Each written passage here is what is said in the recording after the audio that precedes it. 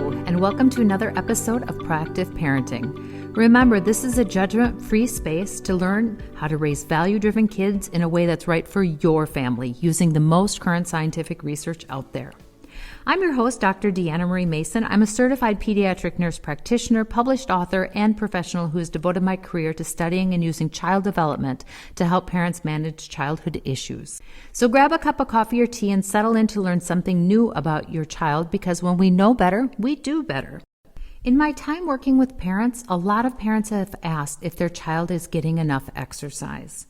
It's a real and honest question in today's busy life. Everyone knows exercise is great for weight management, strong bones and muscles, good posture, and heart health. Everyone also knows that exercise is good for our bodies and minds. However, it can be hard to carve out time for exercise, especially when our kids are so busy with school, clubs, and activities. It can be even more difficult to determine how much exercise a child needs to stay healthy when they have so many different activities running simultaneously. The good news is there are resources available to help parents know how much exercise is needed as well as what type. Together, this helps families create an environment where children are entertained and having fun while getting their appropriate amount of exercise. The first place we need to start is by evaluating how much time our children are physically active. We can do this by adding up the minutes and hours our child is engaged in physical activity. So we can jot down how many minutes our kiddos are active around the house doing things like riding bike, playing tag, swimming, walking the dog, taking out the garbage, vacuuming the floors, mowing the lawn, or raking leaves. All of these types of chores and play count as exercise. So you may have noticed that giving your child some household chores actually is a 2-for-1 by teaching both shared responsibility and giving them some much needed physical activity. Many of our kiddos are also involved in after-school activities such as sports and other athletic programs, which also adds to their physical activity. So in addition to what our child is doing around the house, we can also review our child's school schedule to see how many minutes there are of physical education they receive each day, because that also counts, and how long they participate in after-school athletic programs. For our younger children, we can also count the recess minutes where our little ones have time to use playground equipment and play ball games with their classmates. By adding up the minutes of usual activity at home with the scheduled activities at school, we can get a good estimate of how physically active our child is. Based on what we find, we will know if we need to help our kiddos become more active. However, you might still be wondering how to know if your child is getting enough movement in their day. So to help, I went to the sources I feel have the clearest and most easily understood recommendations. The Centers for Disease Control, whose recommendations can be found at cdc.gov, and the Canadian Centre for Excellence of Early Childhood Development, whose recommendations can be found at excellence-earlychildhood.ca. Let's start by going over what is the difference between aerobic, muscle strengthening, and bone strengthening activities, because these are the three areas that we need to be paying attention to. Most children, naturally through play, will be doing these types of activities on their own as they explore the world around them. But in case your child is a bit more sedentary, it's good to know the difference between each. Aerobic activity are things that increase the heart rate. Examples could be brisk walking, running, or skating. Muscle strengthening activities are things that are focused on strengthening and growing muscle mass. Examples of these include gymnastics or push-ups. And bone strengthening activities create stronger bones through impact.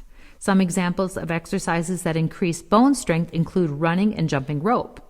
As you can see, some exercises do more than one thing. For example, running is both an aerobic exercise and bone strengthening one. So now that we've covered the different types of exercise, it's good to go over each age group so you know how much exercise your child needs. Young children ages 3 to 5 need a minimum total amount of 60 minutes per day, but preferably much more. Of that time, the 60 minutes or more should be aerobic activity most days of the week. Part of that 60 minutes should be devoted to muscle and bone strengthening activities most days of the week. This means that we want our littlest ones to play vigorously for at least 60 minutes most days of the week while climbing, jumping, crawling, skipping, and generally gaining mastery of their bodies as they explore the world around them. Older children, ages 6 to 17 years, also need 60 minutes or more per day of exercise. Most of those 60 minutes daily, but at least 3 times a week, their activity should be focused around aerobic activity. They should also devote part of the 60 minutes daily, or at least 3 times a week, to muscle and bone strengthening. If older children are enrolled in athletic activities such as sport or dance, they will most likely reach these totals through their group or individual practice. The important piece with older children is that they continue to include the appropriate amount of aerobic activity to assure heart health as they continue their physical development, and to be careful with weights and repetitions of certain muscle and bone strengthening activities because of the delicacy of the growth plates at the end of their long bones and increased flexibility in their joints as their body goes through growth spurts. For our young adult children, 18 and up, they need 75 to 150 minutes per week depending on the intensity, plus strength training. 75 minutes is recommended if they engage in vigorous intensity activities like running, or 150 minutes if they prefer or choose moderate intense activities like fast walking. Muscle strengthening activities should be included 2 or more times per week and strive to include all the major muscle groups. If you find your child isn't meeting these minimum requirements, a great way to help your child find time to exercise is to replace sedentary activities with active ones. Replacing screen time, such as watching TV, playing video games, or watching TikToks and texting, can be limited to allow more time for exercise. And here are some simple ideas to support your child in finding more ways to move. Infants and toddlers should not be sedentary, restrained, or kept inactive for more than an hour at a time. Physical activity is important in these early years to begin healthy habits. Infants aged 0 to 12 months should be encouraged to move in safe environments inside and outside the home to develop gross motor skills. Our preschoolers, ages 2 and 3 years, should be getting 30 minutes in total per day, but broken up into smaller units of 5 or 10 minutes of structured physical activity, such as playing a chase game or participating in a group mimic dance activity. An additional 60 minutes or more of unstructured physical activity is recommended in the form of free play, games, and walking from place to place, and other types of recreation like exploring on a nature walk that would include climbing over a log or crouching down to look at a flower.